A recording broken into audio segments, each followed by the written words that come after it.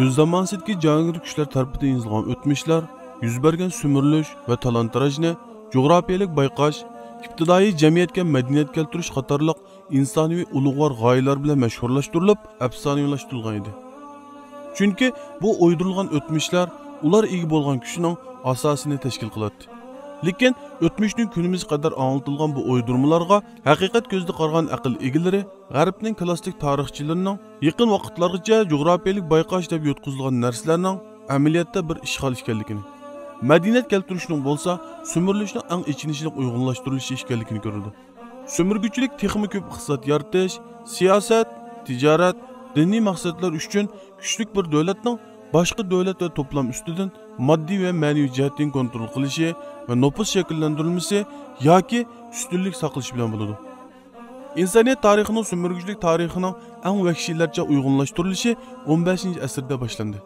Shuarlar bo'lsa, erkinlik, insonlik, madaniyat, demokratiya bo'lishiga qaramay, ishg'ol qilingan yerlarni xonavayron qilgan edi.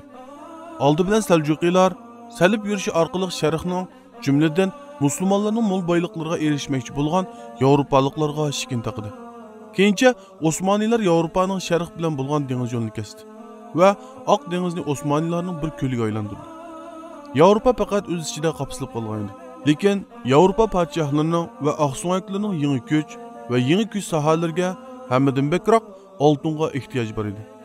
Buning bilan Yevropa qizilboylik mo'l bo'lgan yangi zaminlarni izlashga boshladi. Sharqning afsonalarda va masallarda tunishtirilgan o hashamatli xazinalari, oltin yo'llari, Marco Poloning kitobida yozilgan oltindan qo'pirilgan qasrlar Yevropaliklarning ochko'zligini texnik qo'zg'adi. Shuning uchun mustamlikachilar tavakkulchi dengizchilarni zo'r yordam bilan ta'minladi. Ayni vaqtdagi maydonga chiqqan bilim va texnikadagi yuksalishlar orqasidan matbaa, portlatqich dora, kompasning o'ttirg'i chiqishi Yevropaning yangi chegarasini ochgan edi. Dengizlarda kemalarning harakat qobiliyatining oshishi, askariy kuch, top qurollarning tadrijiy taraqqiyot yuksalishi sumirguchilikning yana bir baldoq ilgari surish rolini o'ynadi. Shundoq, ilohiy adolatlik islom tuzumidan boshqa har qanday joylar tuzumlari yaltiroq shuarlarning qanchalik farqliroq bo'lishiga qaramay, insoniyatga zulm, tajovuzdan boshqani elib kelmagan. Sumirguchilar avval Afrika, keyin Sharqiy Osiyoga va Amerikaga yetib berib, dengiz bo'ylarini mustamlik qildi. Yangi joylarning bayqilishi sumirguchilarning ishtahasini texmi ochdi va shu yerlardan yog'milgan boyliqlari soyasida kunsiri oshgan kuchlar bilan yangidan vayron qilguvchi harakatlarni boshladi. Yangi bayqalgan tuproqlarda mustamliklar uchun yer usti va yer osti boyliqlarni talon-taroj qilishi, kulturlarning yiqitilishi, qirg'inchilik, shu yerda yashaydigan yerliklarni bo'lsa qul qilib bo'ysundirilishi kerak edi. Bo'ysunmaganlari bosmachilar, terrorchilar qatorliq nomlar bilan o'ldirilishi kerak edi. Yevropalik aqtanliklar qandaqli bo'lmasin ularga madaniyat keltiradi. Sumirlishning eng dahshatli bo'lgan yer bo'lsa 1992-yilda bayqalgan Amerika qit'asi. Mustamlikachilarning Amerikani tamoman ishg'ol qilish planlari quruq bir yerni ishg'ol qilish masalasi emas edi. Chunki bu tuproqlarda o'ziga xos madaniyat yaratgan Indian qabilalar bor edi. Bu planni amalga oshirish uchun yerliklarni emas, madaniyatlarni yo'q qildi. Oltin kumushga erishish xiyollarini oxiri Janubiy Amerikada amalga oshirgan ishg'olchi sumirguchilar to'ymas nafsining orqasidan millionlarcha indiyalarni vahshiylarcha qirg'in qildi. Yerliklardan bo'lib olgan oltinlar yetmadi. Qazilmalardan va daryolardan oltin chiqarish uchun majburiy emgak silingan yerliklar nachar sharoitlar tufayli ko'plab o'ldi. Tarixda qahramon qilib ko'rsatilgan Kolumbo tunji bu tuproqlarga qadam qo'yganda xotirasiga mundaq yozgan edi. Qo'rollari yo'q. Nim bo'lganini bilmaydi. Hammasi chiroyli yasangan.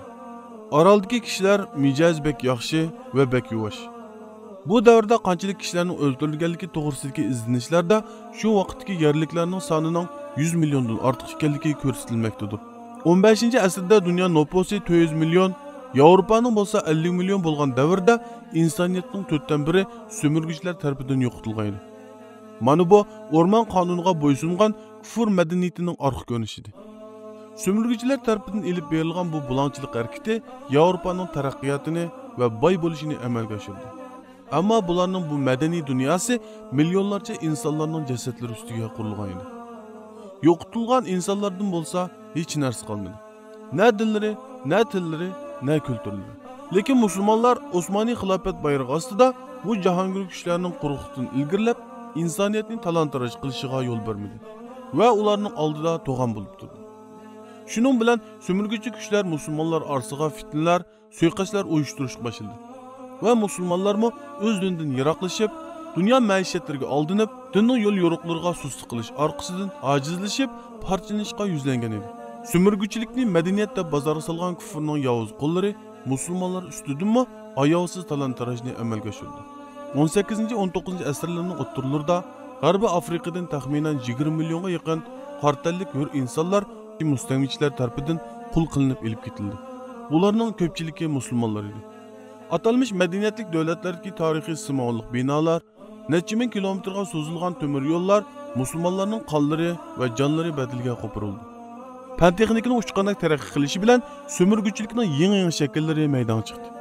Islom xalifalik davlatidan ayrilgan musulmonlarning zaminlarini chilbörlar bo'lishib oldi. Ba'zilari atalmış mustaqillik nomi ostida o'z bayroqlarini qadg'an bo'lsa-mu, haqiqatda ular sömürgüchilarning zanjir topinidan qutulolmadi. Allah bugün kadar devam kılayotgan talon-taroj hareketi 21. asırda Sharq Turkiston musulmonlarini qon yosh yig'latmoqda. Tarixdagi eng dahshatli qirg'inchilikqa duchor qilmoqda. Milyonlagan Sharq Turkistonlik musulmonlar qushqonlarda so'ylishini kutib turgan qo'ylardek lagerlarda navbat kutib turmoqda. Boyliqlari talon-taroj qilinib, izzat iffati tajovuzga uchirmoqda. Majburiy emgak orqali qul qilinmoqda. Musulmonlar insoniyatga yetakchilik qilish o'rnini yo'qotib qo'ygandan keyin payda qazanishni tüp yıldız mesliga aylandırgan eriqchi, buzg'unchi insonlar tuzib chiqqan batil madaniyatlar insoniyatga faqat balay afat ilib kelmoqda. Kunsiri kapitalni oshirish uchun na insoniyat, na tabiat, na hayvonotlarga aromchilik bermasdan yovuz nafslarni qondirish uchun turli tuman choralarni o'ylab chiqib, buzg'unchilikni amalga oshirmoqda. Musulmonlar yashaydigan zaminlar yer üstü ve yer astı baylıkları cihatte dünyanın en aldıda buluşu qarmay, sömürgüçü güçlerinin bulançılık hareketi neticesinde dünya boyunca en namrat rayonlar qatarda orun almakta.